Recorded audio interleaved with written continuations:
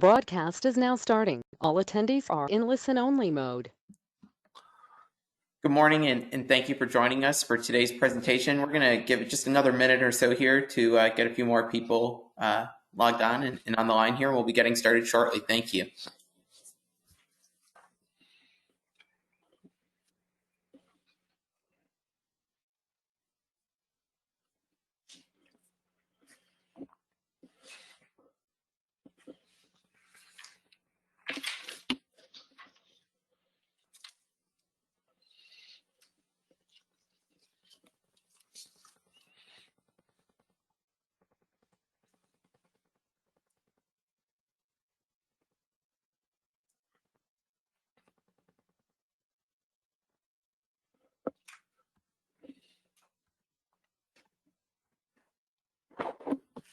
Good morning, and thank you for joining us for today's presentation, How to Leverage Internal Audits to Enhance Municipal Government. We're going to be getting started in just a minute, but before we do, just wanted to go over a couple quick ground rules for today's webinar.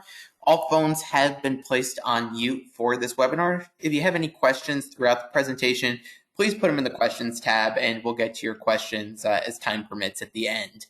Additionally, if you're attending today's session for CPE credit, there will be poll questions that pop out throughout the webinar. You will need to answer all three of those questions in order to be eligible for CPE credit.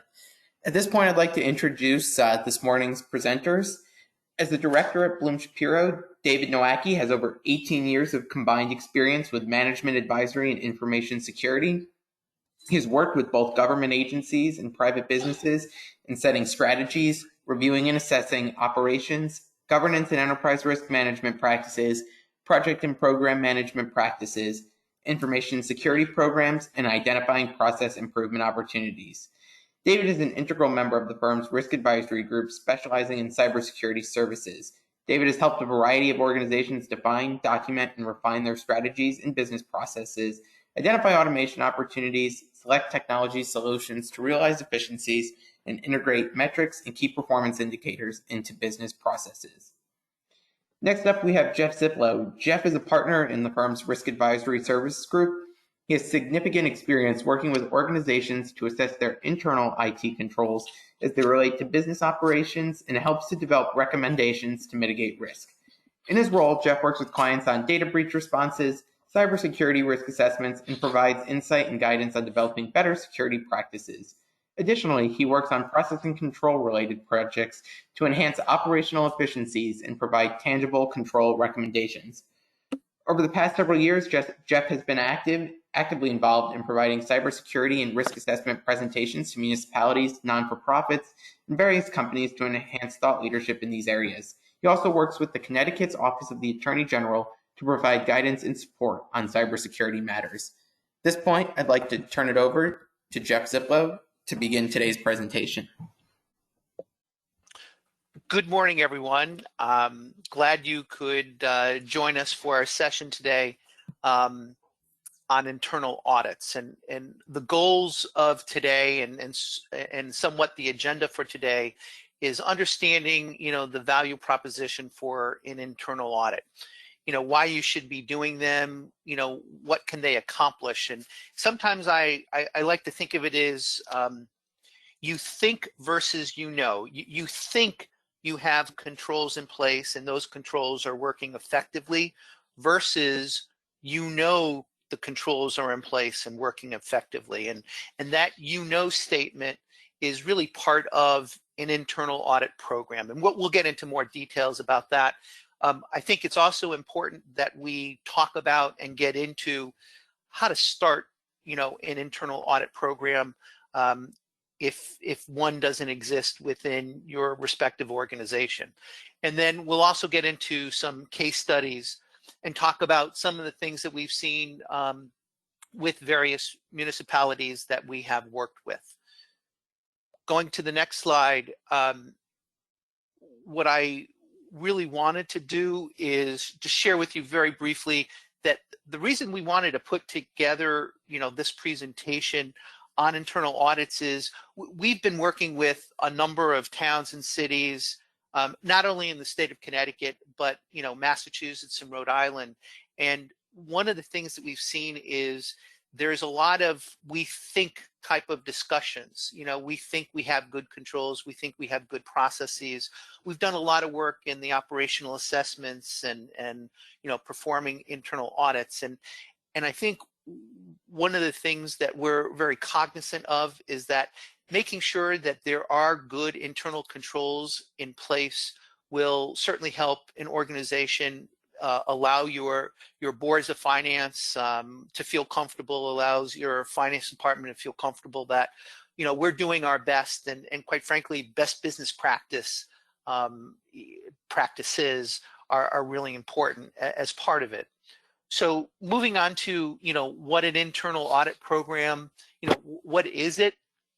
It's really a way to have an assurance that internal controls are in place, that they're working effectively, that they're adequately mitigating risk, that there are key processes in place that people know about, that people follow, and that it overall is really meeting the organizational goals and objectives for a particular department, for a particular process, for a particular operation.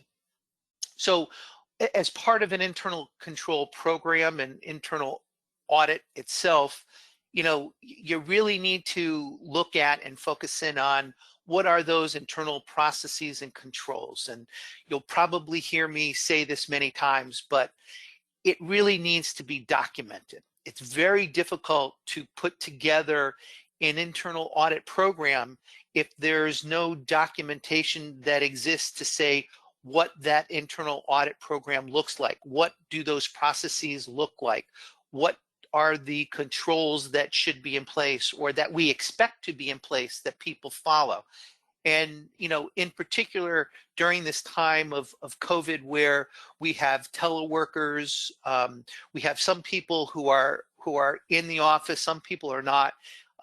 It's really important to have that documentation in place so that if someone who has an institutional knowledge of how things work and what those controls are is not in the office, that we have something to fall back on, that we have something to fall to in order to make sure that we're doing things appropriately and correctly.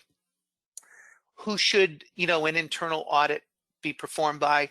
Certainly, there are some municipalities in Connecticut that do have their own internal auditors, and they do an excellent job. They know areas to focus in on, and will certainly be working with the boards of finance and other boards to make sure that they're honing in on those key and very important processes. And or you can look at third-party organizations like Bloom Shapiro or others that can assist in that area.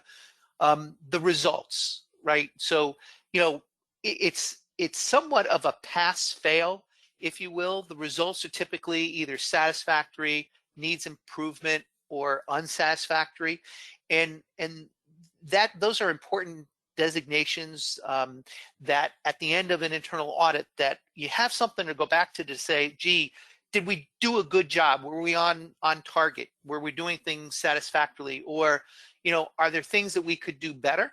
Or do we need to really rethink what we're doing, how we're doing it, and what controls are in place? I did want to share with you on the next slide some items regarding an audit versus an assessment. And what we try to do here is put in place what is the difference between an internal audit and an assessment. And where in the internal audit side, you're actually doing an examination of controls. You're out there to verify that they are working effectively. You're there to evaluate what controls are in place. You're out there to really look at evidence that things are working effectively. You're testing transactions. You're actually testing processes. You're going through a process where you obtain a population of evidence, and then you want to select that from that population items to test to make sure that when you're actually looking at a transaction, when you're looking at a process, or more importantly, a control, that there's information there that substantiates that that test it was successful, that there are sign-offs on reconciliations, that there are ways to track transactions on a daily basis. Another component of an internal audit is, the adherence to compliance standards. And I think that's an important piece of this. What are those compliance standards? Typically, we also see the results, as I mentioned earlier, pass, fail, or what I had indicated earlier, satisfactory, needs improvement, or unsatisfactory. So that's on the internal audit side. Moving on to the assessment side, assessments are, we're making judgments about operations. We're kind of looking at what is going on, how things are operate. Many times we are not formally testing transactions under the assessment category. Many times we're not pulling a population to see and validate, evidence that may or should be captured. We're looking at the measurement of performance overall. We're looking at workflows and processes to make sure that they make good business sense. We're providing findings, right? And we're also providing recommendations, along the assessment. So there is a gray area, because to be quite frank, on certainly some of the internal audit work that we do, we tend to provide findings, and we also tend to provide some level of recommendations for improvement. I would say we try to limit it on the internal audit side. We do a lot more, detailed findings and recommendations when we get into on the assessment side. So with that, I'm going to turn it over right now to David Nowacki to talk more about the value proposition. Yeah, thanks, Jeff. And I think the prospect of value, or how you consider value to your organization, oftentimes it's monetary. I think in government we have to think outside of the box a bit in terms of efficiency, effectiveness, public service, and our obligation to the public in providing services. And so if we transition to the next slide, internal audits are by nature independent and objective. And those two principles are vital to understanding your operations and identifying true ways to improve them. And seeing through your organization's biases and blind spots as to how your operations are going, how your controls are operating, whether or not you have enough, whether you've defined the right strategies, objectives, and measures. And I would use an example of the old glass half full, half empty. I think most organizations would like to assume they are half full type organizations, right? And so, an independent perspective can step outside of that half full lens and say, is the glass chipped? Is it about to break? Is it about to fall off the table? What are the flaws in what could happen negatively, and not be assuming that things are okay? Is the glass even filled with the champagne we think it's supposed to be filled with, or is it sour milk? Things like that. Independence and objectivity can provide a different lens to look at things. There's the classic mitigate fraud. We like to think fraud is not there and that we trust employees, but it is fairly prevalent, and there's data that suggests it is. Governmental waste and abuse of authority, of resources, of power. These are things that we need to be considering in that independent perspective, whether it's a wholly independent third party or it's an independent person within your organization as an internal auditor or as a independent verifier is actually looking at things differently. Improving the efficiency and effectiveness of operations. What's possible with automation? Are there the right controls in place to ensure that you don't have waste, process waste, lead time? You don't have papers that are sitting on a desk for 4 or 5 days when they could be out the door in a day or two. So looking at processes end to end and making sure that you have communication protocols and policies and procedures and controls in place. Looking at technology risk, and I think that's one of these things that will never go away. The dependence on technology is not going away anytime soon, and that paradigm has shifted tremendously in the last 6 to 9 months with the pandemic and rapid deployment of remote and mobile solutions and cloud solutions as well. And so looking at things a little bit differently, cybersecurity, uptime, resiliency of our technologies, and whether you have adequate bandwidth and you've directed your employees the right way. And so really looking at things that could deter value in the negative and add tremendous value in the positive. And then governance and risk management. I think this is one of those overarching things, and very rarely do you see internal audits that seek to evaluate governance and risk management. I think it contributes overall to the improvement if you're able to self-evaluate, improve, and make practical improvements. And so as we transition to the next slide, the types of audits that you can do, and this is a broad overview of the types of things that you can do, but internal control audits, where there are controls or there should be controls, typically in transaction cycles, looking at those key control points where they may fail, where the risks may reside, and making sure you have the right controls in place to ensure positive outcomes, but also deter negative outcomes from occurring. Ensuring they're effective. Assuming something takes place because there's a checklist or that there's a policy that hasn't been reviewed in 5 or 6 years. Assuming employees know their duties is different than validating that they actually do and that the controls you've implemented are effective. So internal control audits, those are traditional, but I think they're vitally important to make sure you take that independent perspective. Operational audits, look at a process end to end. What's the process trying to do? What are the key inputs to that process? What happens in the interim? How many steps do you have? What are the outcomes and what's your obligations to be accurate, complete, reliable? These types of objectives for operational audits, often expose where control breakdowns could occur. And so operational audits seek to evaluate efficiency based upon predetermined metrics or measures, but often it ends up being process efficiencies and controls focused as well. Compliance audits is generally it's a yes or no, but those of us in government and who may be subject to regulatory requirements, that there's a lot of gray in terms of conformance. And so I often like to look at compliance audits in terms of degree of conformance to standards, policies, or regulations, as opposed to compliance, which tends to lend itself to a yes or no answer, and just say, where are our risk exposures? Again, this is where internal audits may look at things slightly differently and provide different perspectives. And then performance audits.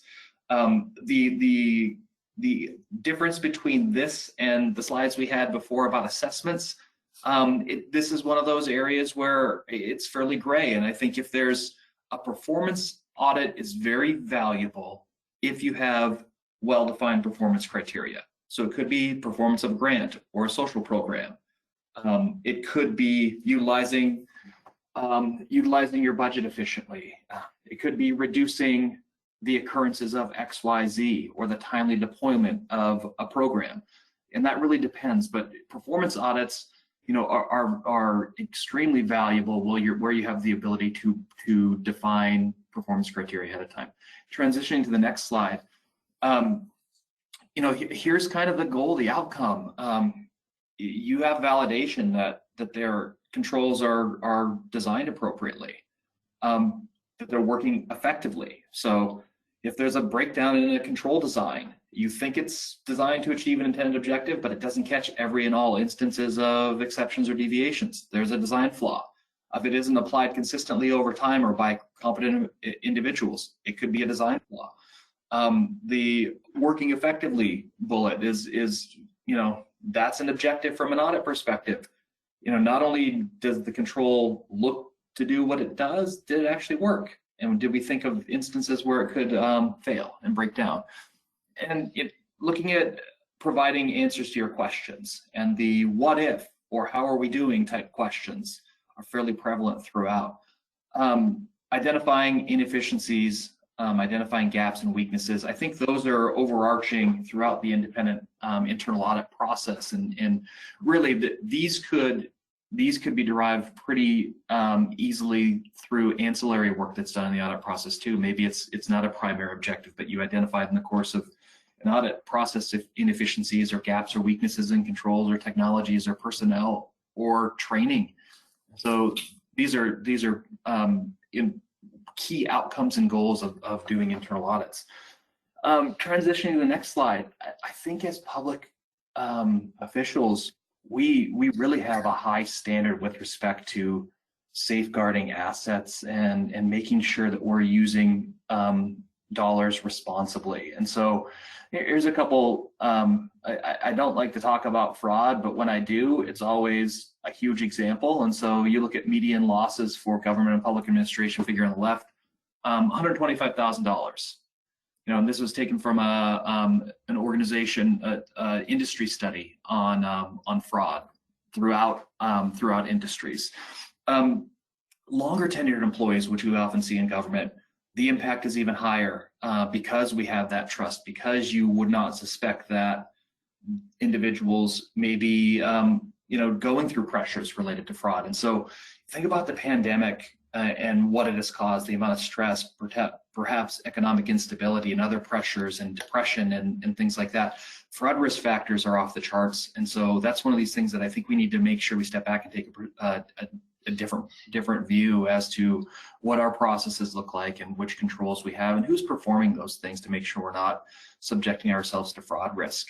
Transitioning to the next slide, this is probably an overly complex figure, but basically it shows, if you look at the stepping stone, think of the 0, 1, 2, 3, 4 as levels. And if you've never done any independent audits at all, think of yourself as a level 0, meaning you're just starting.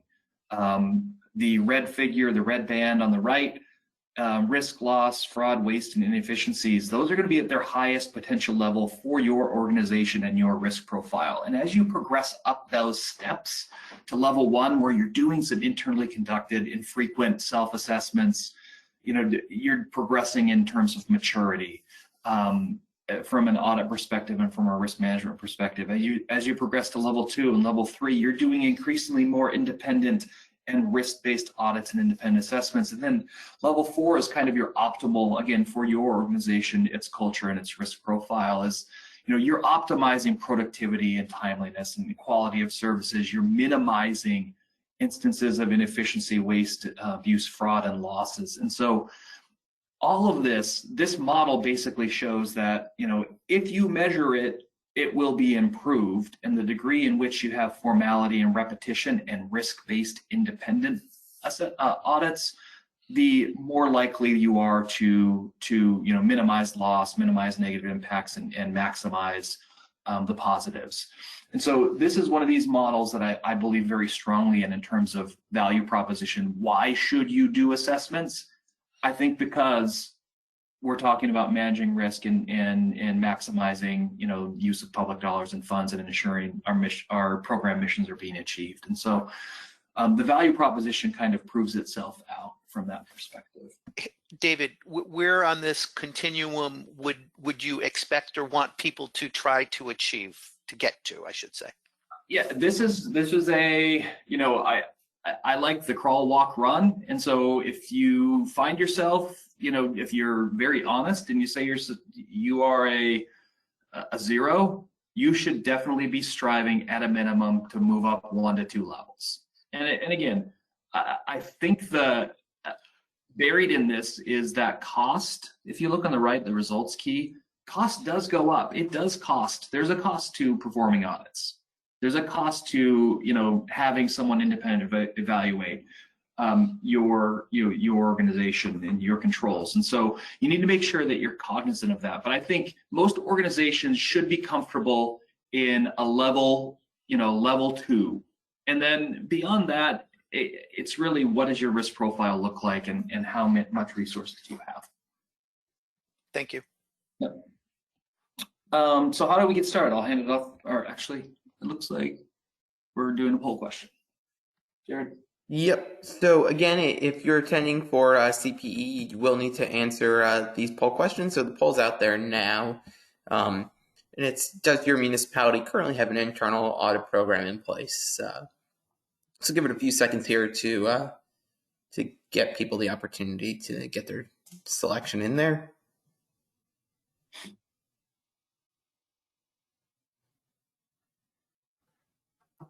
Give just another few seconds here. Great, thank you. So now I think we're moving on to how to get started, and I think this is really an important discussion. And when you see the next slide, you'll see that we've really broken it out into 6 areas, and David and I are going to be splitting up these areas, but just in general, establishing what the audit goals and objectives should be, process workflows,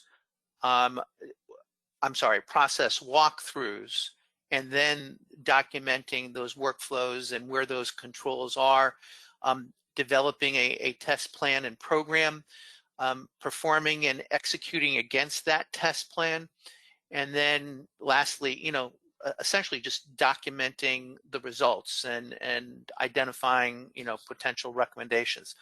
So let's start with, establishing, what those audit goals and objectives are. First and foremost, we really need to understand what it is we're going to be auditing. What is it that we're going to be looking at? So, clearly, and what we typically tell people is sit down and, as a group, either a board of finance or some type of subcommittee, or even, an internal group within, a municipality or school district, and kind of look at where those high risk areas are and try to think about what areas concern you the most. And so by doing that, you can really start honing in on, where should we focus our attention? What should we be looking at? A lot of times when we talk about this, can we talk about high risk can be associated with revenues, dollars coming in from somewhere. Could be park and rec, it could be student activity funds, it could be cafeteria, the list goes on. We'll provide some information on that, but I think it really is important to take a step back and really understand what the high risk areas are and what needs to be audited. And then once you identify those functional or operational areas, you can then get into the next level of detail and confirming what the goals and objectives of that particular audit will be. Looking at and thinking about what controls are going to be tested, and are we going to be testing the design of the controls? Are we going to, how are we going to measure success? And how are we going to look at the success of a control or not? And what I mean by that is, and believe it or not, if there's a single exception, does that constitute that control has failed? And so you need to think about those, what is a satisfactory result, or what's a need improvement result, and that will help guide you in measuring overall success. Moving on to the next slide, process walkthrough. I can't stress enough that even though you think what the process is, I think walking through and ultimately documenting a walkthrough is really, really, really important. It helps to reconfirm how things work, how things operate, where people think the controls are, how people react to various situations, when people are supposed to be reconciling certain accounts when, at the end of the day, if we're taking in monies, is there a daily reconciliation process, and what does that look like? So we want to go through these process workflows in quite a bit of detail with staff, right? We want them to tell us what they do and how they do it. We need to know, I put here the inputs and outputs, but we need to know what reports we're using to do a reconciliation. We need to know what controls are in place to validate that a person, is a resident of the municipality, particularly from a park and rec perspective, that we're going to be providing a program or service to them. We need to identify any and all of the artifacts or documents that get created as part of this process through these process walkthroughs. Equally important, what technologies are we using? Many times these technology tools have their own processes or certainly have their own controls in place. And so we really do need to know what these tools are, and are they legitimate tools, or are people using tools that we didn't know about? And we've run into that a number of times where, and I'm not saying it in a negative way, but someone's using QuickBooks to manage and process various financial transactions outside of the municipality's financial management system. Well, is that an accepted process? Is that something that we knew about? Are there controls around that tool? So those are the types of things we want to be looking at, and that will help drive what those potential issues and concerns may be. And again, we're not at the point where we're testing anything. We're really just at the point of understanding what things look like today. Moving on to the next slide, I do believe that it is important to formally document those workflows and understand the inputs and what's coming in, how it's coming in. Are we accepting checks, cash, and or credit cards? Well, we need to know that, because there are different risks associated with each one of those sources of revenue, if you will. So creating those workflow diagrams, I think, help to document what the current state looks like. It will also help to document if changes need to be made, what changes should be made. And I always view diagrams as being something that is imperative to really looking at something and creating what I'll call that future state. Now, during an internal audit, we may not create a future state, but we can create or identify recommendations. And many times, we use those workflows to help demonstrate where there may be some control inefficiencies or control weaknesses. As part of those diagrams, I think it is important to identify and list out where those controls are, because ultimately we're going to have to test them. And as part of this process, we need to know where the controls are in order to test. Understanding any type of compliance standards and requirements, I think, is an important part of this documenting the workflows. And then validating the appropriateness of controls. And this helps to identify, are controls weak? Are they being followed? Do people understand what the controls are?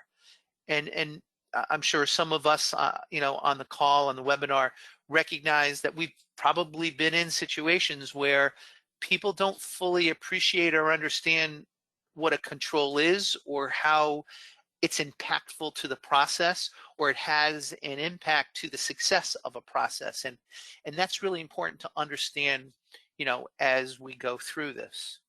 So now let me turn it over to David to talk a bit more about the test planning process. Okay.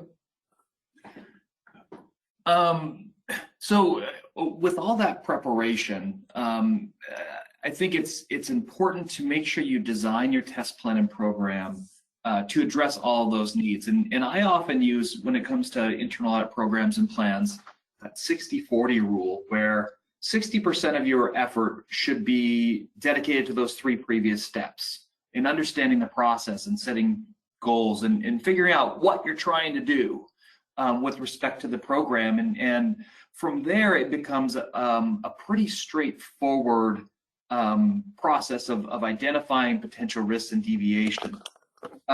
You want to make sure you're confirming the successful completion of controls or processes, or identifying deviations, exceptions, and breakdowns. And so, looking at those objectives, looking at the process flows and walkthroughs and the associated controls. What are you trying to do? Are you trying to avoid risk altogether and avoid all exceptions? Are you trying to just mitigate or reduce the potential occurrence? Or are you trying to transfer that to something else? And so, looking at things like contracts and vendor agreements and insurance as a method to transfer risk, or in addition to mitigate it. And so as you look at risk treatment options for each one of those controls and objectives or programs, you start to align what your test plan should be. So your testing objectives, are you looking to provide negative assurance, meaning identifying deviations? Are you looking to provide positive assurance and confirming that things are operating effectively and designed appropriately? From there, you select your appropriate methods to test. And so these are the basic ones outlined in the 4th bullet from the top. Is interview, observation, inspection, our typical reperformance, and analytics could be a variety of things where you're looking at reperforming the operation of the control, simulating the control, maybe throwing some data through systems. In some cases, this involves a fair amount of, on the IT side, a fair amount of analysis using automated tools and penetration testing tools and things like that. Looking at sample sizes and populations, if you're trying to do an operating effectiveness test, what degree of deviations are you expecting for a population of 2,000 versus a population of 2? There's a significant difference. And then you want to formalize those test plans. Moving on to the next slide. Becomes an exercise in executing it. So as outlined in that plan, make sure that you are performing those procedures as appropriate, and request evidence, schedule meetings, walkthroughs, observations, performing those test plans as documented. For any exceptions, deviations, make sure you do adequate follow-up testing, that due diligence testing, to make sure that you understand the true magnitude. If you identified 2 or 3 exceptions in a population of 20, you probably need to take a few more samples to see the extent of it. Similarly for several hundred selections as well. Identifying, compensating, and mitigating controls, that's context. That's knowing that controls don't operate in isolation, that you want to make sure you understand other mitigating factors. Then you complete the testing. David, let me just add here, if you don't mind, that if you do identify exceptions, one of the things, it's really important to understand what the exception is, and then go back and have discussions with, the person or the group that you found an exception with, because there have been times where we either didn't understand the process correctly, or there was a deviation in the process, like, COVID situations, that we had to deviate from things that were in place, and we had to come up with something a little bit different to accommodate the situation. And we may have appropriate documentation or other artifacts that will help substantiate why that exception occurred. So an exception is not just an exception, it's an opportunity for more discussion. It may turn into an exception, but I do think it's always important to have a more deliberate conversation to validate, the hows and the why the exception occurred, if you can. Yeah, I couldn't agree more. Moving to the next slide, and reporting results and providing recommendations. I think the operative words in the goals section there is providing practical, realistic, reasonable recommendations to improve operations or controls, and make sure that you aren't out there with respect to the expectations of your budgets or your organizations and resources, and not over controlling where the risk profile doesn't suggest it. And so, the basic tasks and results summary and reporting and recommendations are evaluating the result of testing, and revisiting those risk objectives in your test plans, revisiting the goals at the beginning and some of the objectives of your initial walkthroughs.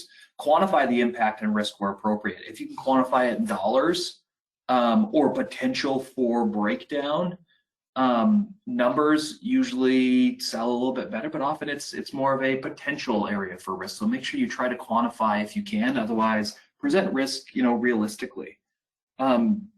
Recommendations for alternative solutions. And so if the process isn't working, maybe you need to consider something alternatively altogether. Maybe it's a new system. Maybe it's a separate person performing those duties.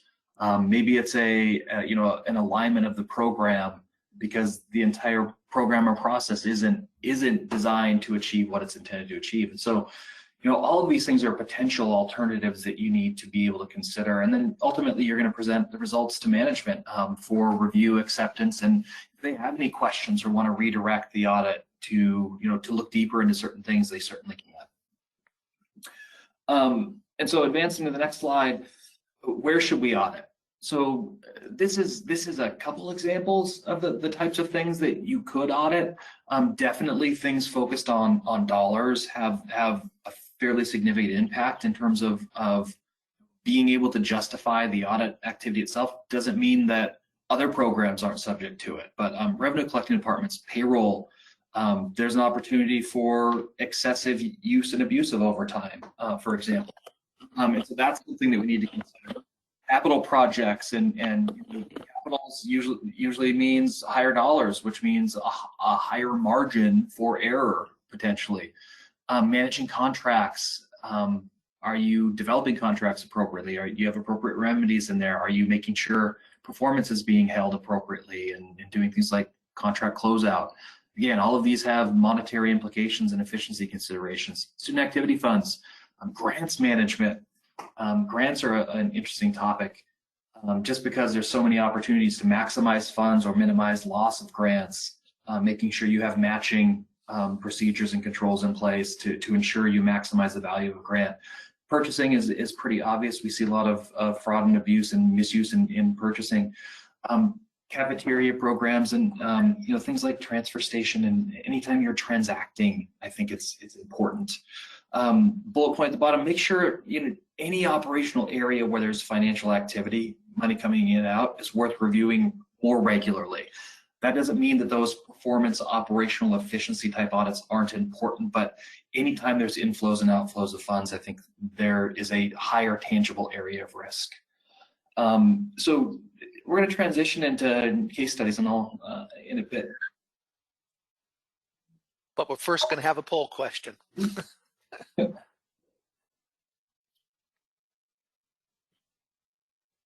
So this question references the areas that David just went over there, and have you thought about auditing any of those above areas?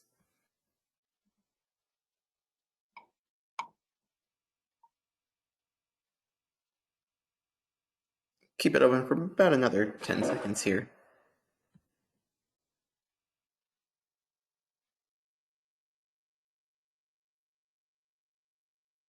Great, thank you guys.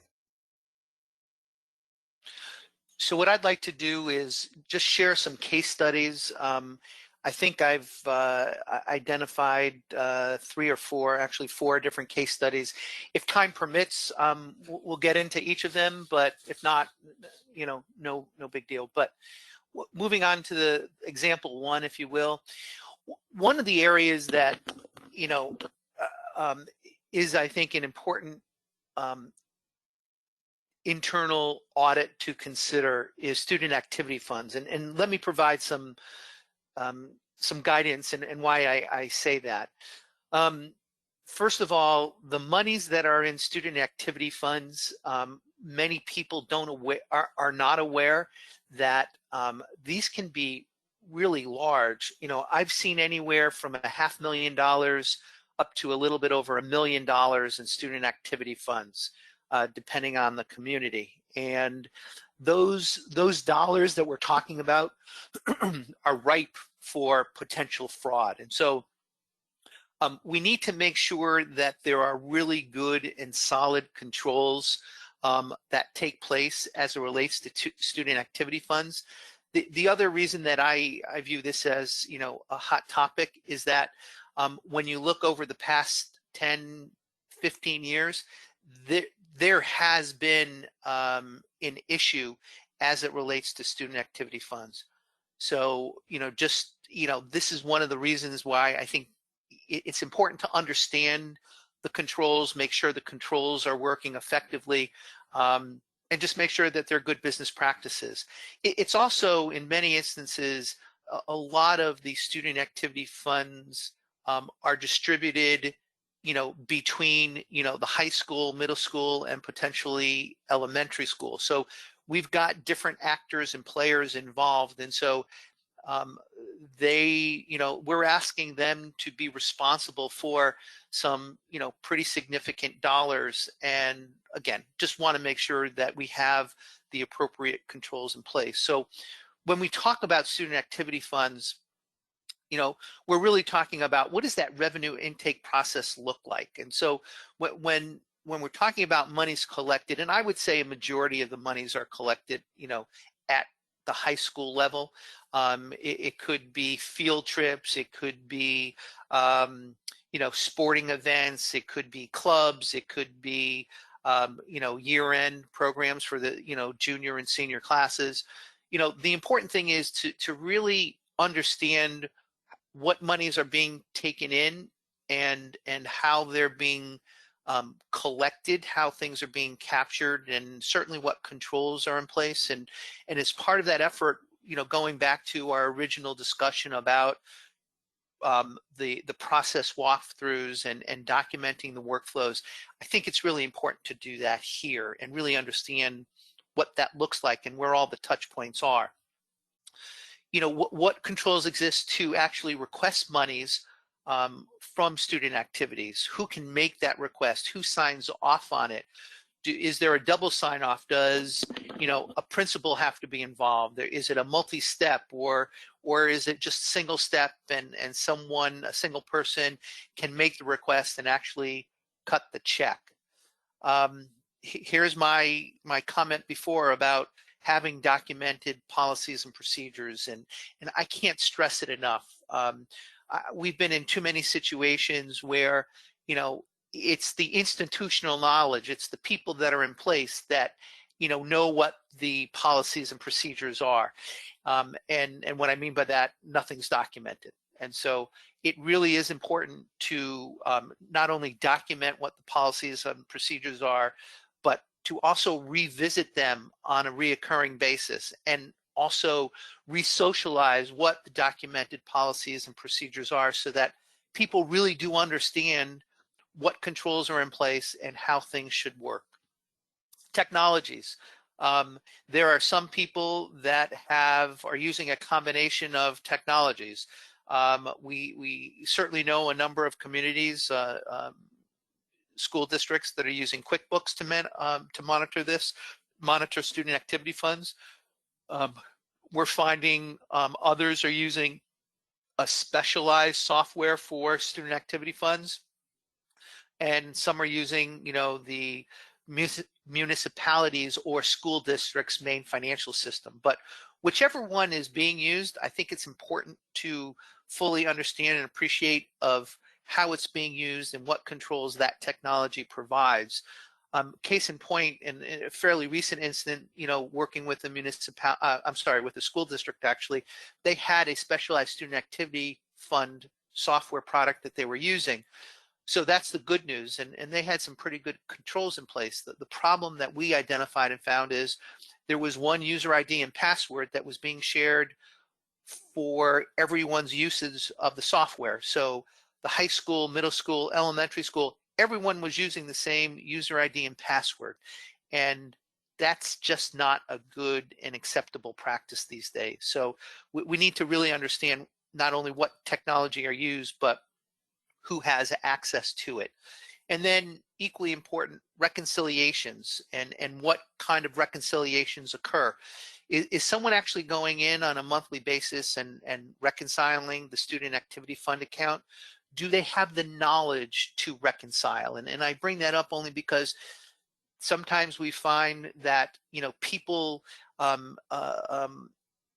and typically, administrative assistant, not a financial person, have inherited, managing student activity funds. And so there tends not to be an ongoing reconciliation of bank accounts as it relates to student activity funds, and there have been some surprises. And so who's reviewing and monitoring this? I certainly do believe the school district has a responsibility, and there may be a point in time where the municipality wants to reach out to the school district and say, look, we just want to go through we think you're doing a great job, but we want to also get to, we know you're doing a great job. And that internal audit can certainly help provide some guidance there.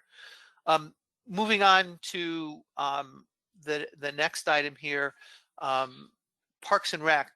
Again, what do those revenue streams look like? What are the the various programs and services that residents can sign up for? How do residents sign up for? How do we know that they are residents? There are some programs or services that require you to be a resident of the municipality in order to sign up. So how are we validating that? Again, how are residents paying for those programs is really important. Technology used and the like. And you can obviously see a very consistent theme, but certainly with Parks and Recs departments and some other departments, what does the end of the day process look like is really important, because they're typically taking monies in at the, during a day. Do they have to make sure that they deposit those monies within a certain period of time, or do those monies go to the collector for deposit, or do they go to the finance department for deposit? Who's reviewing the end of day form that has been filled out to validate that it makes sense? And are we able to take a report coming out of the park and rec system, like a rec track, and compare it to our deposits, and who's signing off on that? And then I think equally important, how are those monies or that deposit information getting into our financial management system? I think is really important. We've seen some issues here where these controls, these sign-offs, these reconciliations are not being formalized as they should, and a lot of the controls haven't been socialized with everyone. There have been times where they've been documented, but people don't really understand what controls are in place and how they need to follow those types of controls. Skipping on to the next slide, which is grant management. Some consistent themes here, but one of the things I do want to point out is, typically grants have a specific use, and they need to be utilized for certain items. And it's really important that as expenses are being charged to a grant, that there's some type of oversight in place, and we're making sure that someone is reviewing what those expenses are, and that this grant can and will pay for it. Because at the end of the day, if someone is auditing the grant from the outside, you don't want to be stuck with dollars that you're going to have to actually pay back to the grant. And so knowing how a grant needs to be utilized, what those important components are, is really important, and making sure that there's someone there to review and make sure that you're doing things correctly. And then many times these grants have reporting requirements. And so who's managing this? How and who is generating the reports to be distributed to the folks of that grant to help ensure that we're meeting, grant expectations. And the last example is really the transfer station. And there's a lot of things going on with transfer stations now. The revenue streams, the old revenue streams have certainly dried up. In the past, we were able to sell a lot of the materials that a transfer station collected, and that has changed dramatically, and now we need to be looking at what those revenue streams are. Residency is a really important to know. If I'm going to bring something to a transfer station, we need to make sure that we have, a resident that's doing it, both with the understanding that either a resident or a commercial vendor who has a known relationship with that particular transfer station, can deliver goods there. Technology is used, and the reason I bring that up is a lot of times there's not a lot of technology used here, and that can become a problem. And then tracking the monies, end-of-day processes. We've certainly seen in some transfer stations that there's a lack of structured protocols in place, and it's ripe for either fraud or we're just overall concern. So, and I apologize for going through it so quickly. Time is quickly moving past us, but I just want to give you a couple of areas that I think are important to take a look at. And now I'd just like to share, turn it over to David Nowacki to end our webinar presentation. Yep. So how do we get started? Transition to the next slide. You need to develop some form of a committee to oversee the program. It's not an individual auditor. It's not an individual person. Make sure it's independent to a certain extent. You can't always have a wholly independent committee, but often it's a cross-section of management committees to make sure that not one person is responsible. Identify the areas of risk exposures throughout your organization. Sometimes it could be processes, it could be controls, it could be programs or policies. Often it's departments. Create your plan and schedule. Identify what's in scope for the year, what's not. Discuss and socialize this with staff. This shouldn't be gotcha auditing. It should be transparent. They should know that they're a part of it.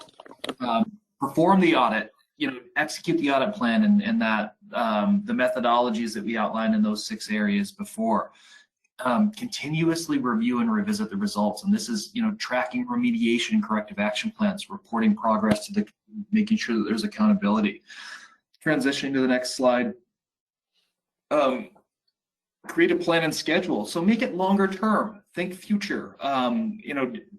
At a minimum, make sure you're looking at a plan for the year, whether it's 1 or 2 audits or it's 10 or 12 audits. Make sure that you're looking at things going forward and scheduling, making sure you're minimizing the disruption to operations.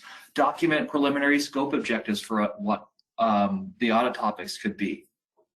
Identify the approximate length and resource requirements.